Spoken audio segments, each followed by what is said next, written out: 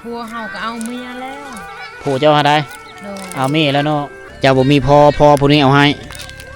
เอาบ่พอใหม่ขอบใจเด้อขอบใจเลยโอ้กินไปเลยนี่นะจ่าเมงอ๋อจ่าเมงเด้อเมงป่วยซิเลอร์เบิ่งเมงนี่อ๋อผักส้มผัก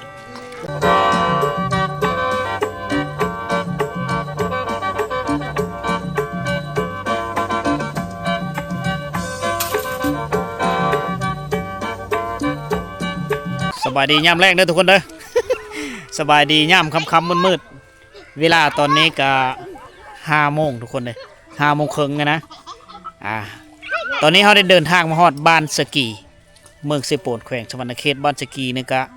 ห่างจากจุดสุ่มแสลนมากก็มีไกลไปเลยนะเป็นบ้านน้อยๆมีไฟฟ้าใส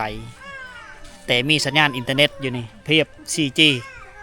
ท่านว่าจื่อมีพิษได้เพราะว่ามันเครือรักเครือข่ายขึ้นไปฮอดจอมพูนี่จะมีรักเครือข่ายยูนิเทลทุกคนนะเป็นบ้านสาวแม่หางลูกติดแล้วก็เป็นบ้านที่เขาเจ้าค้าขายหาเอ็นดอนอยู่นี่นะคอยเคยมาได้ 2-3 เดือนผ่านมาแล้วยามแรงมาหาบนำอยู่แซ่มือเลยผม จูตะเปยเด้อเนาะมาตามน้ำฮะอยู่เปิดได้เปิดเด้ออยู่วะเว้ยเมื่อแล้วนี่ไปบ่แล้วนี่เราไปอาบน้ำไปทางใดแล้วลูกเขาไปทางใดล่ะไปละก่อนแบะดงนอนตัวแรงเลยจะค้นไปเอานะมั้ยชินะไปโอ้ยมันนางใช้ไงไอ้ไหนดูไงหลายคนบอกไปเป็นหมู่เลยเนาะ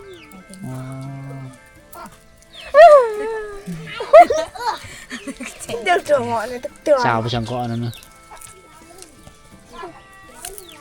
น้องนี่ทางหลังเจ้านี่สาวตาลสาวตาลพวกนี้เด้สาวล้านเนาะปลาแหลมนะมนะมันเนี่ยปลาแหลมมันเนี่ยชิปะตะบอยตะมอยปลาแหลมตะมอยบ้านพยุยไปบ้านพยุยดูเฮิงแล้วบอกไปเฮิงแล้วบอกดูน้ำดูน้ำเนาะจะคนกับภาษาปัจจุบันหลังจากคนตะขุตะดางบ่จักเนาะบ่จื้อเลยว่าจะคนเนาะสาวลานเจ้าก็ไปเอาบอกไปเอาน้ำกันนี้เลยของเจ้าบ่นี่ของเย้าหลายๆคนก็น่าจะจื้อน่าจะจำนะชื่อนี่เลยวะชื่อเจ้านั้นเลยวะชื่อล่าน้องล่าทุกคนเนี่ยเรามีลูกน้อยเลยลูกติดผู้นึงนะตอนนี้ลูกชายลูกเรานอนนะลูกเรานอนซ้ำคำนอนอยู่เทิงเฮินไปละนี่คือเฮินแล้วก็ใช้ชีวิตอยู่กับอายนะอยู่กับอายกับเอ้ยโผเราปะแต่เจ้ากับเรามีครอบครัวอยู่ปุ๊บบ้านเพื่อวะบ้านโผเจ้านะบ้านห่อบ้านหอภาษาบรูวินหอนะเฮาว่าบ้านหอพูดเคยจะฮอดทางคือกันกับจะฮอดบ้านตะนางนะทุกคนกายบ้านตะนะเคยจะฮอดบ้านตะนางเป็นบ้านหอแต่เขาเพิ่นอยู่พุ่นละผัวเฮาก็เอาเมียแล้วโผเจ้าหาได้เอาเมียแล้วเนาะเอาอยู่บ้านเริ่มเมียเพิ่นบ้านเพื่องเอาอยู่บ้านเพื่องเจ้าได้บ่ได้อยากได้ผัวอีบ่อยากได้ใครที่เอาเฮาลูกติดคันมีลูกติดแล้วเขาบ่มักบ่เฮาบ่มักเขาบ่มักเขาเลี้ยงบ่ไหวเนาะแต่ด้วยบ้านก่อนนึงเนาะเลี้ยงแม่เนี่ยเลี้ยงลูกได้สาวล้านได้มีผู้บ่าวมาจีบแล้วบ่นี่ฮะยังบ่นอนนำกันเบิดบ่3 คนจะนอนผู้เดียวบ่ยานบ่ตะวันยานยังแม่นความเจ้าเนาะเอาแต่ละมือเนี่ยนี่คือหน้าเวทหลักๆของเขาเจ้าแหละเต็มกองตารางเฮินเอาไปขายอยู่เฉยเลยนี่เวทมาซื้ออยู่พี่เลยมีแต่เฮ็ดมัดไว้ทาเราเนาะทาพอขามาโลดอันนี้นางตะมอบตอบแข็งเฉยเลยได้จ้าเดาเจอจานเราเอิญกินข้าว จะโดยเลยได้หลายน้อง จะ สาว ดาว เนาะ อาร์แว อาร์แวเนาะหมูมีอาหาร ผู้สาวบนบ่อนนี่น่ะ แม่น เอาหมด ผู้สาวหมดเนาะได้ผัวหมดแล้วผู้สาวนั้นหมดแล้ว กระมูลผู้สาว อันนั้นก็ผู้สาวบ่อันนั้นก็ ผู้สาวขึ้นใหม่ได้นั่นในผู้สาวขึ้นใหม่นะ สาวขึ้นใหม่ ยังอ้อๆผู้นั้นนะผู้นี้นะผู้สาวสมบูรณ์แบบแล้วสาวล่าสาวล้าน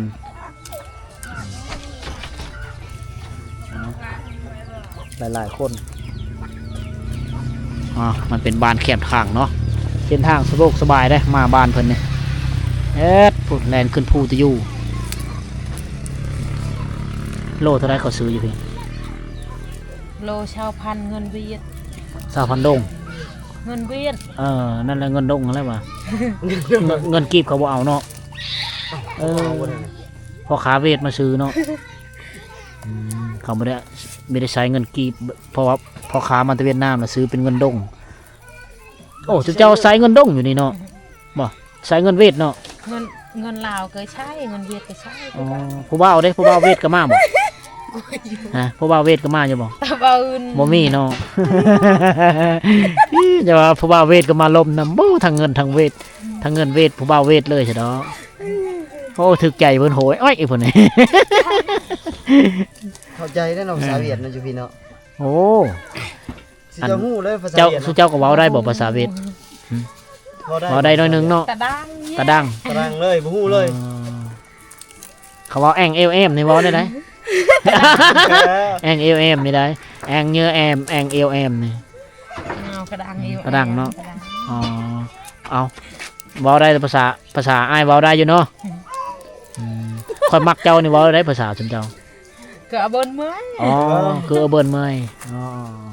คือเบิ่นใหม่คือคอยฮักเจ้า มันกันคล้ายๆกันเด้อ ภาษาเวียดนี่แองเอลเอมนะ เกะบ่ แองเอลเอม อยู่ตะดัง แอมเอลแองน้องฮักอายเอาอันนี้คือ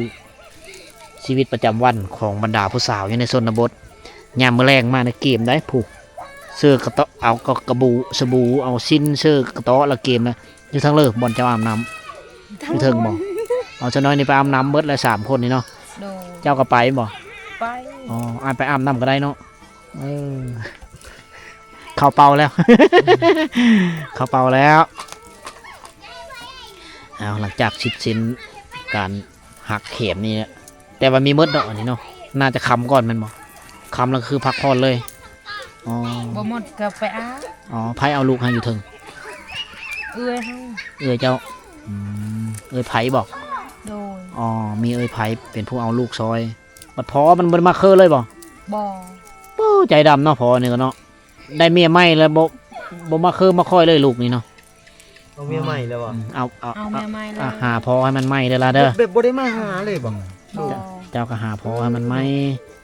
คันป้าแล้วป้าเลยเนาะกว่าลูกพร้อมเนาะ ปะเลย เป็นมันนั้นเนาะ เขามาส่งบ่เขามาส่งบ่หรือเจ้ามาเอง มาเอง อ๋อเห็นเขาบ่มักบ่ฮักแล้วก็มาเนาะ โดยเขามีจะกินยามานะ อ๋อกินมักให้ โดย อ๋อเพิ่นกินมักให้ คันกินแล้วอารมณ์ดีบ่ผัวเจ้าเนี่ยกินแล้วอารมณ์ดีเนาะเขาบ่กินแล้วอยากหายบ่ โดย เจ้าก็เบิดความอดทนแล้วก็มาอยู่น้ำพ่อน้ำแม่เนาะ โดย มาอยู่น้ำอ้ายน้ำน้องในจังสีได้เขาเจ้าเบิดความอดทน อันจูนพี่ให้ได้แต่งาน อ๋อทับเบิดถ้วยบวงเนาะ โดย หมอไม่ช่างแตกบ่เลย โดย มันบริตีเจ้าตีผู้ทางหลังถึกใจได้ ไอ้อยู่นั่น สาวไปช่างก็สตาร์ท ผัวเจ้า นุ่ ก็ ง ตีเจ้า นุ่งเสื้อเขียว ตี ห้อยยิ้มหวานเนาะทางหลังเนาะยิ้มหวานยิ้มงามเนาะพี่มาเฮ็ดอยู่พี่ละนี่มาเฮ็ดอยู่นี่ อายุจักปีผัวเจ้า เฮาก็บ่ฮู้นำเพิ่น เอาไปล่มกันได้เริ่มมีจักห้องอายุก็เอาเดียว เจ้าล่มกันจักมือจะได้เอากัน โดน รังเด้อ เพราะล่มกันจักมือจะได้ จัก เอา จักเดินล่มกันฮอดบอดปีหนึง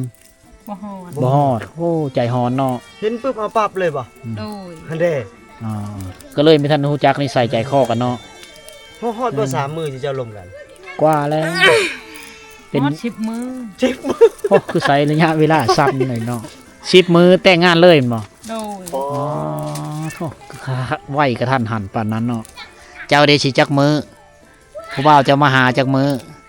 จัง มีว้าว ยังบ่มีอ๋อเอา ออกคลิปนี่เขาเห็นเขาเสียใจนะ อ่า จะว่าบ่ ระวังผู้บ่าวเห็นได้ออกคลิปไหมบ่มีเนาะมีเนาะโสด 100%อย่าตัวอายเด้อแค่ตัวผู้บ่าวเห็นอากายอะเหมาะในเพะยาวเพะไอช่วยกินน้ำนางตะมอบตอบแข็งตอบขาชื่อคักขนาดเลยมานี่เดี๋ยวเพิ่นก็ไปอาบน้ำพูดได้บอกเขาเจ้าอาบน้ำอยู่เทิงพุ่นเต็มนี่พุ่นแล้วไม่ยิงเนาะผู้ชายได้เขาอาบด้วยไส อาบน้ำกัน อาบน้ำกันเลยบ่อายบอกแต่ เมื่ เบิ่ อน เมื่อให้เปิดสิไล่ไอ้ บ่เป็นระเบิดก็ว่า ผู้หญิงอาบก่อนผู้ชายอาบน้ำหลัง โดย ป้องกัน แสดงว่าผู้ชายต้องสีมืดๆแน่เนาะผู้หญิงอาบก่อนกิโลหนึ่ง20,000 ดงก็ลายเสื้อเงินเขาก็ประมาณ17-18,000ประมาณนี้ลุดลื่นกันมีหลายหรือ15,000 กีบประมาณนี้แหละนะอันนี้คือสินค้าตามฤดูกาลทุกคนเลยขั้นมีเอามันก็เป็นมะเป็นดอกแก่ไปแล้วก็คุฮักไปตามกาลเวลาของมันฉะนั้นชาวบ้านก็เอามาขายทีแหละเพื่อสร้างรายรับเพื่อซื้อมะคิดซื้อเกลือซื้อแป้งโน่ซื้อเครื่องนึงของถือให้รู้ให้เต้าได้นะน้องล่าเพื่อนนึงคือกันแหละอยู่น้ำเอ้ยแล้วปะอยู่น้ำอายแน่เลี้ยงลูกได้เนาะลูกยังกินนมอยู่บ่ ยังกินนม กินนมแม่เลย โดย โอ้ใครเนาะใครมันกินนมป่องนึงแพงแล้วเนาะหาเงินซื้อนมให้มันเนาะ คิดสภาพเลยครับ เบิดสภาพเลย คือซื่อๆยังบ่แน่ เจ้าก็ กินนมก่อน มาแต่งงานเราไม่ต้องป้าโผนะหายโลด เอาถึกใจ นายผัวโคตร ตีบ่ ตีบอกเขาตีบอกหายกันบ่ได้เนาะอ๋อเอา เฮาสิไปให้เมียถึงตีนเมียแล้ว โอ้สมเฮาบ่ได้ได้ บ่ได้ หายเมียหายคืนนะถึกซะเขาเบื่อเราแล้วแหละ ปุ๊บได้เฮา แค่อันโยมเอาเตาไอ้เจ้าเตาโยมอันนั้นได้ อ๋อขันผู้หายนี่บ่เป็นหยัง โดย จังสุเจ้าบ่ได้ตอบ โดย อืม ตอบยานเขาตี ขันตอบแล้วเขาตีโลดเนาะ โดย อ๋อ ตอนที่เฮาจะตอบเมีย ใส่ เมียสิตี ใส่ความมูลแห้งต่อภรรยาอีตนสงสารมาเป็นแม่ห้างแล้วก็แต่ละมื้อก็ไม่ได้อยู่ล้าทุกคนเลยยามหน่อไม้นี่ก็ไปเอาหน่อไม้มาขายหน่อไม้แห้งเนาะเฮ็ดหน่อไม้แห้งขายยามหน่อไม้ยามนี้ก็ไปเอาดอกเข็มนั้นมาขายหะอันนั้นเจ้าก็ไปคุดบ่หะไปจังเรหยังก็เรตากบ่มันเรหยังเจ้าก็ไปเอาตัวเขาคุดหักตัวนั้นมาขายหักเอ็นดอนนะ กระดัง เรตัวนาเจะเบื่อ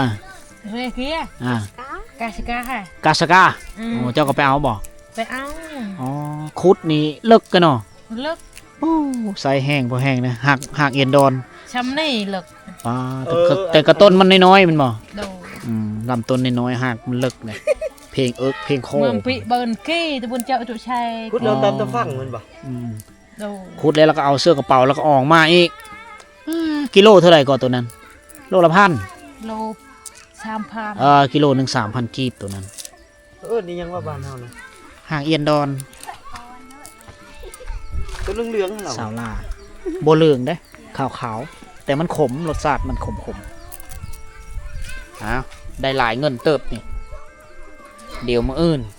พอขามากระติดขายเลยนี่ไหนได้เงินไปก็ซื้อข้าวแป้งน้ำแดงท่าคีบอยู่บ่ท่าแป้งอยู่บ่เป็นแม่หางแล้วก็ท่าบ่ ถ้าบ่มีข้าวแปลงค่ะ บ่มีข้าวแป้งโอ้ยเนาะเยอะงามอยู่เนาะเจ้าก็เนาะ ลาย อ๋อเฮ็ดงามๆเดี๋ยวผู้บ่าวมาล่มเดี๋ยวได้พอไหมให้ลูก อันนี้บ่ท่าก็งามแม่นบ่ นี่สาวล่า กันแนมเบิ่งหน้ากัน แนมเบิ่งผู้นั้นแนมผู้เอ้ยอายุผู้เลอหลายกว่าอยู่นี่สาวล่ากับสาวล้านนี่ เงากระดังนะ นาวกระดังนาวกระดังคือมือหูจัก อันเบิร์น15 เจ้านี่อันผู้นี้ได้15เจ้าดิ 17 17 ปี17นี่ได้ลูกหนึ่งเนาะสร้างแต่งงานไว้เนาะเขาเจ้าเนาะ อายุ10ปลายปี แต่งงานได้แล้วถ้ามาฮอด20นี่20ปลาย30นี่แล้วหาผัวยากแม่นบ่ โดย คนชนเผ่านี่ผู้ชายคือกันนะถ้าว่าฮอด27 28ปีหรือ30ปีแม่นหาคู่ครองหาแม่ยะแล้วนี่ลูกเจ้าให้ละตื่นนอนนะเนาะโอ้ลูกเจ้าผู้ชายหรือผู้หญิงเนาะ การดำรง ผู้ ชี ชาย วิตต่างกันเนาะ ใช่ แม่นผู้ชายได้ลูกไผ่มาเฮิรนเจ้าเดิมจูกับมัน บ้านเฮาบัด บ้านอาประ อาปราเนาะโอ้ยจะได้พอไหมก็พอมันแต่งให้ บ้านเฮาบัดอายุเริ่มหลายความมั่นคงเริ่ม เจ้าบ่มีพอผู้นี้เอาให้เอาบ่พอใหม่ ขอบใจเด้อขอบใจหลาย ขอบใจอีลุงนะแม่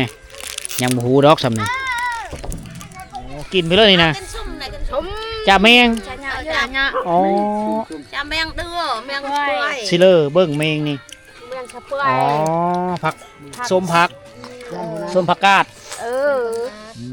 ผักกันกินชุ่มกันยามแรงเนาะเอ้ยเอา เป็นอาหาร โอ้ผู้น้อยนี่ก็กินเก่งปื้อ kim canh อ๋อสัมผู้เยอะกินเนาะ hang โทษ nồi kim ทางลูกทางเตากินสะอ่อนบอนต่ำเข้าเจ้านี่แหละในมุงยาฆ่าคักกะเลนมื่นเสานี่เฮ็ดมื่นเสานี่เติมอยู่นี่เดี๋ยวสะเขาจะเอากองอินเลอยู่เอาบรรยากาศยามแรงทุกคนนะยามค่ำๆมันมืดตะเว้นตกดินแล้ว เดียวกับเต็มไปด้วยความมืดมีไฟฟ้าใสเฮิรนเขาเจ้ากะอันนี้หลังหนึ่ง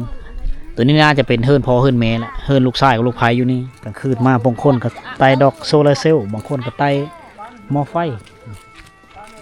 เด็กอันนี้คือบอนที่เขาเจ้าทำการผลิตเฮ็ดหน้าทุกคน เพื่อที่ได้หน้าแต่ละตาเขาเจ้าใช้เวลาเอารกเอาไปเลยมาคูดคล้ายๆคือเขาเอิ้นว่าหน้าขั้นใดนะ และน้ำนี่เขาเจ้าก็ตันเอาน้ำห้วยแสดงว่าน้ำมันก็ต้องได้ไหลตลอด24 ชั่วโมงถ้าว่าน้ำนี่ยุดน้ำหน้านี่ก็จะแห้งเลยนะฉะนั้นต้องมีน้ำห้วยที่หลายๆจึงสามารถเฮ็ดหน้าได้เอาตอนแรกๆคิดว่าเฮาสิพาทุกคนไปตามติดวิถีชีวิตของผู้สาวซะดอกนะก็เลยไม่ได้ไปทุกคนเนื่องจากว่าสภาพมันนี่เป็นเจอ มันค่ำมันมืดแล้วทุกคนเลยมันมีเห็นความสว่างไปเลยอันนี้คือบ้านสกีนี่เป็นบ้านหนึ่งที่ตั้งอยู่ในกลางภูเขาเอิ้นว่าภูตะยู่ของเขตนี้นะเขตแสลนนี่ภูตะยู่นี้จะเป็นภูที่สูงกว่าหมู่นะในเมื่อก่อนนะรถจักรนี่เพื่อสิขึ้นภูอันนี้ได้นี่โอ้โหเลขหนึ่งทุกคนเลยเพื่อจะขึ้นไปได้นะเพื่อจะไปมาได้พอแห้งได้อันนี้คือบ้านสกีนี่ก็เป็นบ้านของชนเผ่าตรีบ้านชนเผ่าบรูแหละเสือถือผีคนนั้นมีวัดแถวนี้มีไฟฟ้าแต่สัญญาณในอินเทอร์เน็ตไม่มีเพราะว่ามีลักเครือข่ายอยู่ห่างจากนี้ไกลประมาณ1 ลักก็จะฮอดลักเครือข่ายอินเทอร์เน็ตทางโทรทางเพื่อได้สะดวกสบายอยู่นี่สี่แต่อย่างหนึ่งมีท่านละมีห้องน้ำใสกับมีท่านละมีไฟฟ้าใสทุกคนชาวบ้านก็ใช้ชีวิตแบบดังเดิมอยู่ตามธรรมชาติหาเครื่องป่าของดงมาขายตามฤดูกาลบางคนก็ไปขุดเอา5 เอ็นดอนมาขายกิโลนึง 3,000 กีบนะเข็มนี่ก็กิโลนึง 17-18,000แต่ส่วนใหญ่เขาจะใช้เงินตระกูลเงินเวทอยู่นี่นะเงินดงละกิโลนึงก็20,000ทุกคนนะใช้เป็นเงินดงได้แล้วอีกพอฤดูกาลที่ย่ำฝนเนี่ยเขาจะหาเพื่อมาขายไปเอานุ่มไม้แห้งมาเฮ็ดแห้งไปเอานุ่มไม้มาแห้งมาเฮ็ดแห้งขายคือเวทเก้าทุกสิ่งทุกอย่างสินค้าแถวนี้ออกไปเวียดนามซื้อขายเลขเปลี่ยนสินค้ากันเป็นอัตราทั้งเงินกีบและก็เงินดงทุกคนเอาอันนี้คือวิถีชีวิตอยู่ชนบทเขตชายแดนลาวเวียดนามทุกคนเอามาฝากในยามค่ำมืดๆบัดนี้เฮาสิได้ไปนอนพักผ่อนแล้วนะบัดนี้ไปหานอนอยู่แถวสแลนทุกคนนะนอนพักผ่อนก็มันค่ำมันมืดแล้วพวกเฮาสิได้ไปต่อละมื้อเช้าไปแล้วจึงดำเนินรายการใหม่ทุกคนขอให้ทุกคนโชคดีร่ำรวยนะพบกันใหม่ในมื้อเช้าเด้อ